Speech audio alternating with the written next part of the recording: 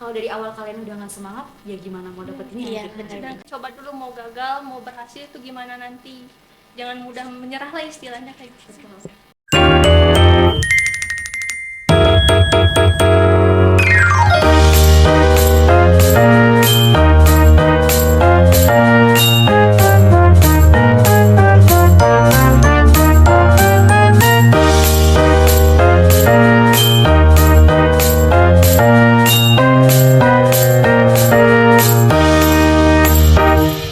Hai guys, welcome to Pospar Podcast Inpar.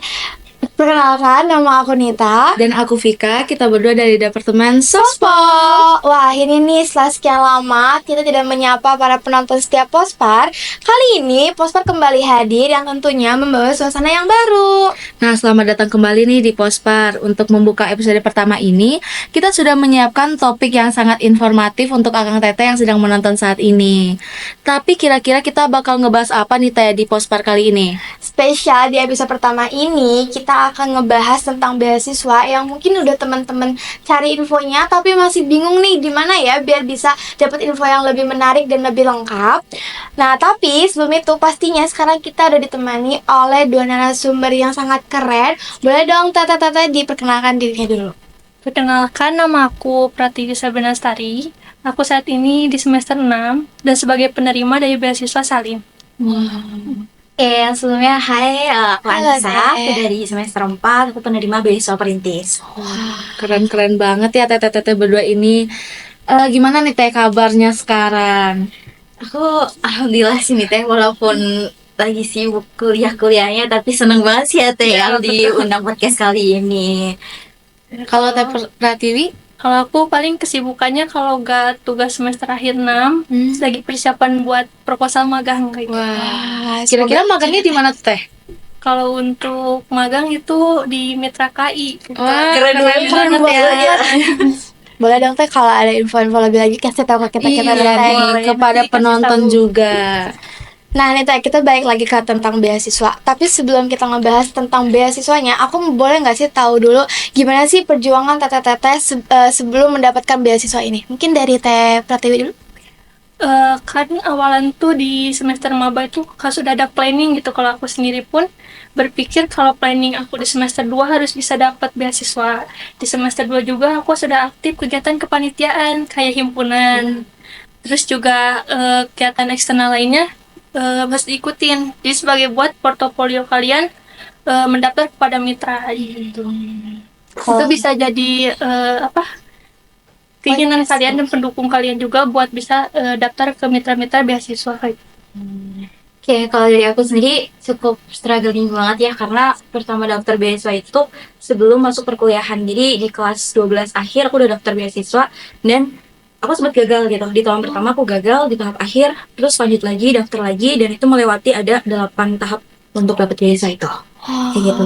Panjang ya Teh, panjang banget. 2 tahun berturut-turut. Nah, kalau Teteh-teteh ini kalau pernah, apalagi Teh Anissa Iya. tadi sempat bilang kalau ada kegagalan. Betul. Nah, pengalaman tersebut tuh gimana sih cara memperkuat Teteh untuk dapetin beasiswa lagi gitu? Apakah ada cara-cara unik dari Teteh atau ada motivasi tersendiri gitu? Kalau dari aku sendiri ketika gagal itu aku mikirnya jalan itu banyak banget gitu, nggak cuma cukup satu jalan. Jadi artinya aku baru membuka satu jalan, aku harus coba jalan lagi gitu. Dan ketika gagal pun itu aku mengisi kegiatan yang lebih positif gitu. Bahkan aku sempat kerja part time, terus juga sempat jual pre-love juga, terus juga sempat jadi pengajar tutor UTBK. Itu jadi bekal setidaknya waktu tentang kegagalan itu kita cari kegiatan positif yang bisa nunjang buat tadi yang Teteh sebutin tadi buat portofolio di beasiswa itu. Kayak gitu. Nah, kalau dari Teh Pratiwi sendiri tuh ada motivasi nggak sih? Gimana sih aku harus ngedapetin beasiswa terus? Waktu awal di semester 1 juga pernah ngerasain gagal dapat beasiswa. Itu ternyata mungkin sedih, kecewa gitu kan ya. Teteh gagal juga ya? Iya, pernah Oke. gagal 3 kali kebetulan dari beasiswa. Terus mencoba kayak nge-push diri. Kalau orang lain bisa, kenapa sih diri aku nggak bisa kayak gitu kan? Pasti ada lah motivasi di diri kayak buat pengen goalsnya, pengen dapat beasiswa gitu. Karena beasiswa sendiri menurut aku pribadi tuh penting buat ngelanjutin ke pendidikan. Mungkin buat sebagian orang beda jalan untuk cara lulus untuk ke perguruan tinggi itu kayak gitu. Mungkin lebih ke berusahanya aja sih. Oke. Karena nggak ada usaha mengkhianati hasil teh. Iya, Jadi betul. harus Usaha terus ya. Nah, setelah tadi kan banyak banget nih perjalanannya, usahanya juga. Tapi setelah Tata-Tata ini dapat beasiswa ini, gimana sih Teh cara mempertahankan semangatnya itu?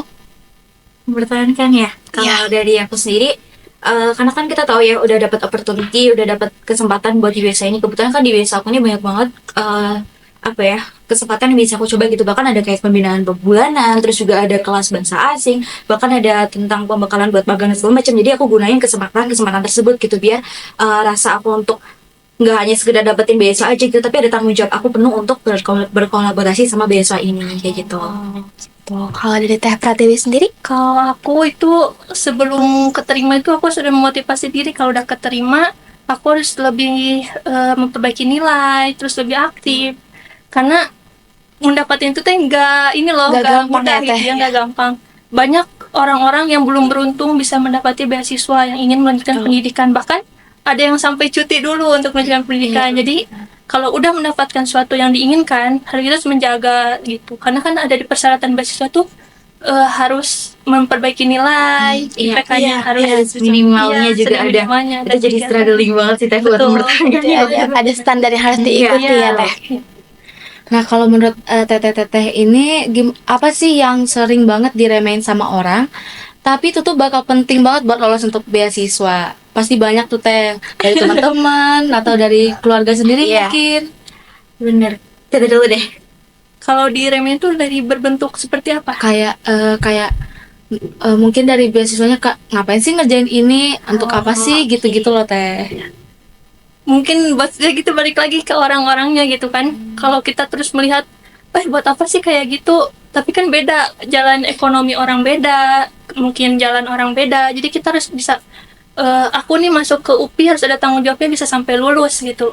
Kayak lebih kekurangan kita tuh bukan jadiin hambatan, bahkan harus jadiin kelebihan kita buat lebih maju lagi. Oke. Kalau dari aku tuh sebenarnya waktu pementasan sih tahap pertama. Kadang orang tuh nyepelin kayak aku kan nggak punya sertifikat juara gitu. Padahal tuh masih ada peluang-peluang yang bisa kalian penuhin gitu. Salah satu contohnya di beasiswa saya tuh ada buat isai gitu. Jadi tuh peluang kamu gitu kalau kamu nggak punya sertifikat pencapaian, kamu bisa maksimalin di isai itu gitu. Jadi kadang orang udah ke-trigger dulu dengan persyaratan gitu. Sebenarnya itu yang harus kalian start dari persyaratan itu yang menunjang untuk semangat bisa ngejar beasiswa itu kayak gitu sih. Istilahnya dicoba dulu Iya, aja gitu. betul. Coba dulu ya Teh. Walaupun emang persyaratan kan ribet banget ya Iya. kayak berkas-berkas, tapi kalau dari awal kalian udah nggak semangat, ya gimana mau dapetinnya Iya, gitu. Sedangkan masih banyak platform kayak TikTok gitu kan untuk Iya. buat esai itu. Betul. Istilahnya dicoba dulu mau gagal, mau berhasil itu gimana nanti. Jangan mudah menyerah lah istilahnya kayak gitu. Betul. Nah, tadi kan kalau yang kita obrolin tadi itu cara ngeyakinin diri sendiri ya, Teh. Gimana caranya biar tetap konsisten. Nah, kalau misalnya kita ngeyakinin suatu kemitraan atau lembaga tertentu biar, benar mereka tuh yakin buat nerima kita tuh gimana untuk menurut Teh? Kalau dari aku tuh ada wawancara kebetulan. Oh, iya. Ditanya tuh sama usernya, kamu kalau setelah mendapatkan beasiswa bakal seperti apa, bakalan tanggung jawab nggak gitu kan, pasti ditanyain. Sebisa mungkin kita mempercayai dulu usernya gitu. Iya. Kayak aku nanti kalau keterima mau lebih baik, terus juga nilainya bakal diperbaiki, lebih aktif dan membawa nama baik dari beasiswa tersebut dan juga universitasnya kayak gitu. Sama sih kurang lebih kayak gitu. Gimana caranya waktu di tahap wawancara kan ditanya ya kayak kontribusi apa yang bakal kalian lakuin gitu, itu dijelasin, tapi nggak cuma hanya omongan aja ya, tapi harus realisasikan selama perkuliahan gitu. Jadi kalau dari aku sendiri mungkin dengan udah dapat beasiswa, aku terus di perkuliahan dengan cara nilai aku harus tinggi, terus aktif di join ke kegiatan organisasi ataupun di luar organisasi kayak gitu. Karena benefitnya nggak di diri kita aja gitu, tapi di beasiswa aku juga dapat benefit feedbacknya gitu. Oke. Nah, kalau untuk teteh berdua nih, kan kalau udah diterima tuh berarti banyak ya penerima-penerima lain. Betul. Gimana sih cara teteh-teteh untuk ngebangun relasi untuk mendukung perkembangan pribadi teteh-teteh ini kayak sama sesama penerima beasiswanya? Oke. Kalau Kalian dari ini gimana? Kalau dari aku aktif di LinkedIn. Oh, iya. Mungkin teman-teman kalau yang belum punya itu bisa bikin dari sekarang. Terus teman-teman bikin portofolio tuh di situ, kayak misalkan teman-teman ikut himpunan kan. Nah, Iya. nanti teman-teman buat kegiatan tuh di postingannya tuh bisa, nanti orang-orang tuh pada komen, pada itu terus saling pesan, kirim pesan. Oh, aku di unit ini gini loh, ini di unit ini gini. Jadi bisa saling bertukar Sharing ya, informasi. Teh? Ya, Oh, sharing. Kebetulan kalau beasiswa juga bisa dari situ. Iya. Kalau aku juga sama, karena kan di mitra beasiswa aku tuh cuma ada 10 kampus yang masuk ya. Jadi di grup itu juga ada grup komunikasi yang memang apa ya, sebagai platform kita tuh bisa diskusi satu sama lain gitu antara universitas. Dan juga ada pertemuan khusus gitu, kayak 1 bulan ini pertemuan antara universitas mana sama universitas mana itu ngebahas tentang kalau kita berkuliah bagaimana, tulis informasi magang ataupun hal lainnya gitu. Dan juga sama kayak tadi Pak Pratiwi jelasin, kita ada di LinkedIn gitu. Jadi aktifnya tuh di situ.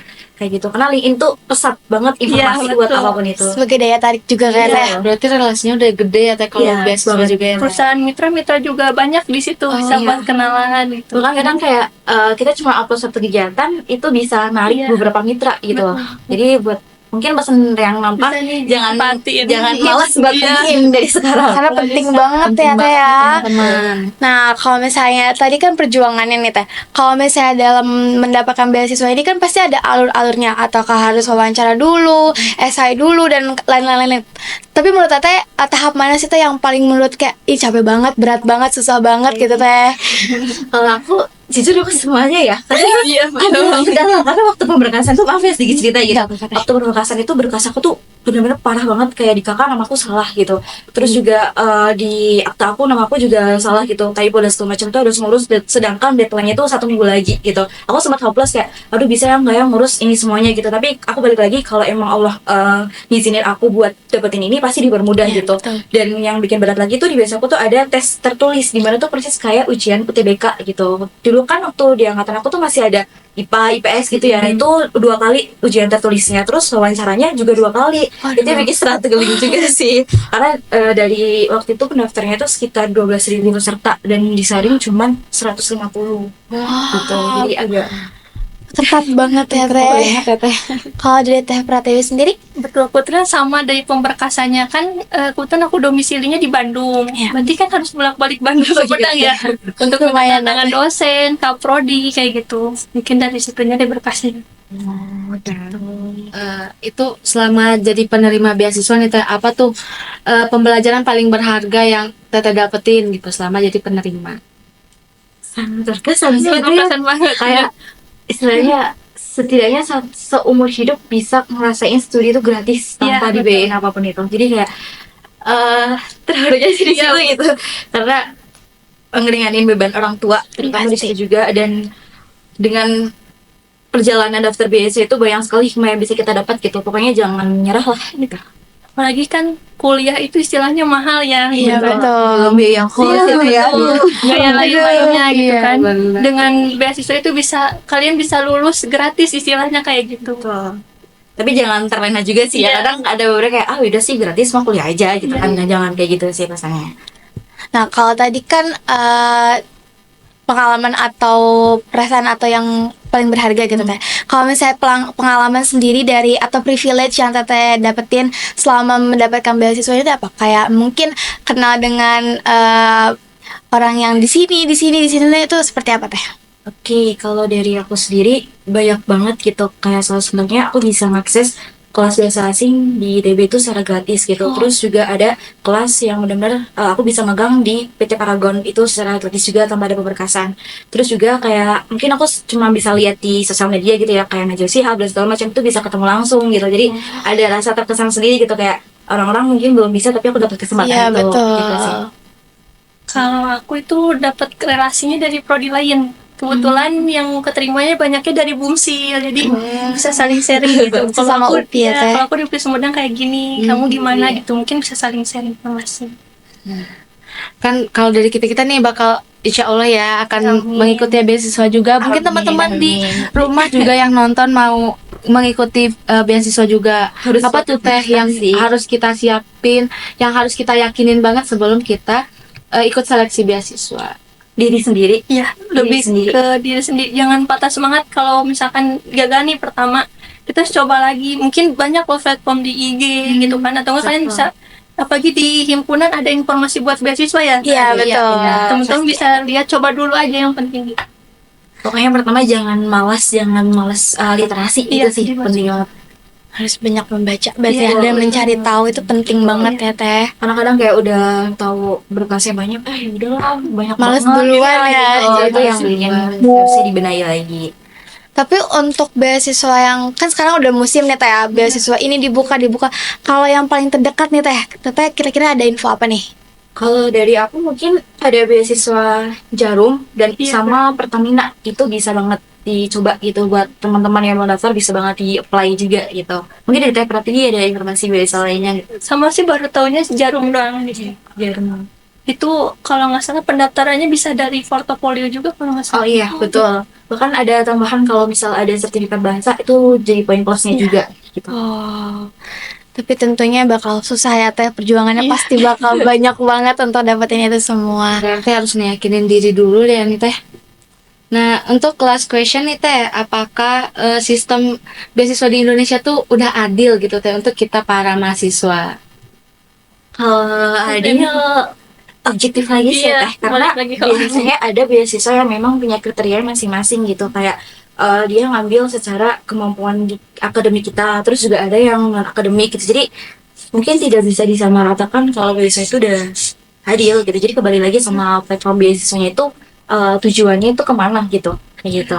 Terus juga sebagai penerima mungkin bisa memanfaatkannya lebih baik gitu kalau ada fasilitas betul kayak seminar Iya. itu diikutin, kelas gratis itu diikutin, itu bisa bermanfaat kalau teman-teman udah mulai nih di fase semester 7 itu ada magang, pasti ntar ditanya nih sama usernya ngapain aja sih selama di perkuliahan selain organisasi gitu kan, pasti dipergunain. Oh gitu. Nah guys, keren-keren banget nih ya. Tete-tete ini udah mendapatkan beasiswa, tapi pastinya lebih banyak lagi orang-orang keren di prodi kita ini. Tapi sayang sekali, karena waktu kita yang terbatas, jadi kami harus mengakhiri obrolan ini.